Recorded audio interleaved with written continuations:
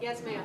My name is Mauricia, and I would like to educate a little bit, as well as thank you for giving me the opportunity to speak. I represent St. Martin Parish as a parent. I live in St. Martin Parish. Representative Landry is my representative.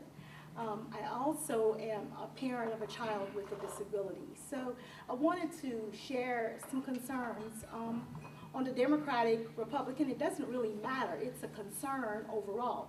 I cover all of Region 4, and I am the Lacan Region 4 team leader. And what Lacan is, for those of you with the acronym thing, it's sometimes a little bit difficult and you don't know what that means.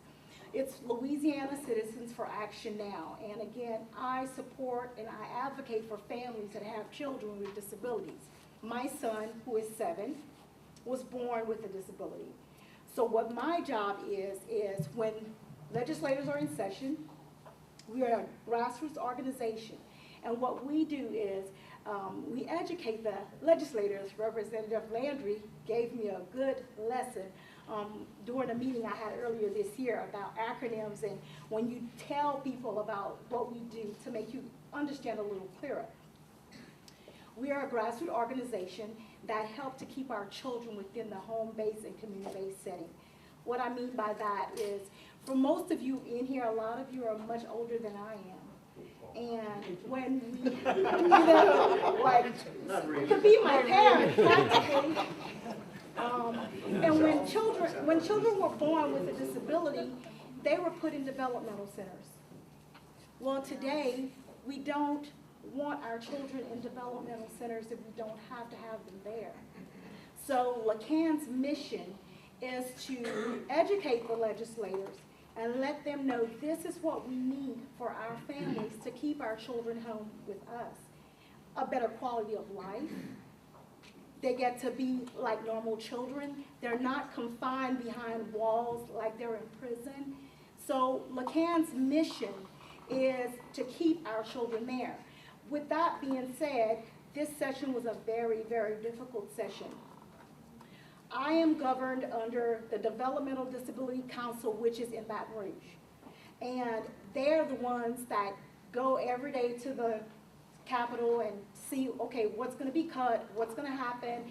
And I am the foot soldier within Region 4 to educate my parents and to educate professionals, anyone that has a concern for children with developmental disabilities, to let them know, okay, this is what's going to affect our families. This is what's going to happen. They're taking this away, or we need you to call your legislators and let them know this is important. Please ask them not to cut whatever. Well, today I stand before you to let you know that when we went into the session, we asked for waiver slots. What is a waiver slot? A waiver slot is services for our children where, for me, it would allow me to have a full-time job, to have someone to give me some respite care, things that I don't have on a day-to-day basis because I don't have that support system that I need to help to take care of my son. Okay, so that's that side of it. Well, then we asked additional what ended up happening within the session, and you're familiar with the, they took away some slots that we had. Well, my concern to all of this is people really don't understand the importance of when all of these things are cut to the Department of Health and Hospitals, because we are under that umbrella. And our children wait over 8 to 10 years to get services. And a lot of you may not know this. If you don't have a child with a disability, this is it's slim pickings. You just won't know.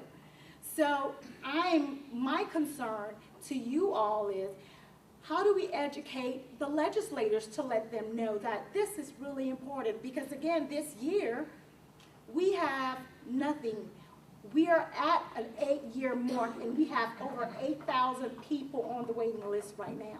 So you have, first of all, you have just educated 1, 2, 3, 4, 5 of us.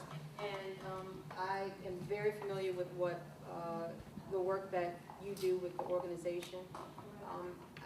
When I served on the House Appropriations Committee, I was just telling Representative Landry I would talk about ad nauseum the wait list for the now waiver program, and it was falling on deaf ears in this administration. It continues to. The backlog, they give every excuse in the book about the staffing, and there's not appropriate, adequate staff, but then they don't hire the staff. So it's like, what comes first, the chicken or the egg? And basically what happens is nothing happens. And so the list remains the same, and people like you and other families who are in need of services, government services. You know, government isn't that bad, by the way.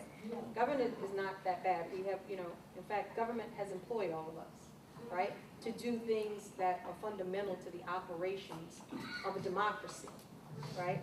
And so that's not a bad word to have government services. And so this is one of those that's needed. We advocate for it, but you have just given, you've testified as to why we need a new governor. One that has compassion, one that represents the Democratic Party principles.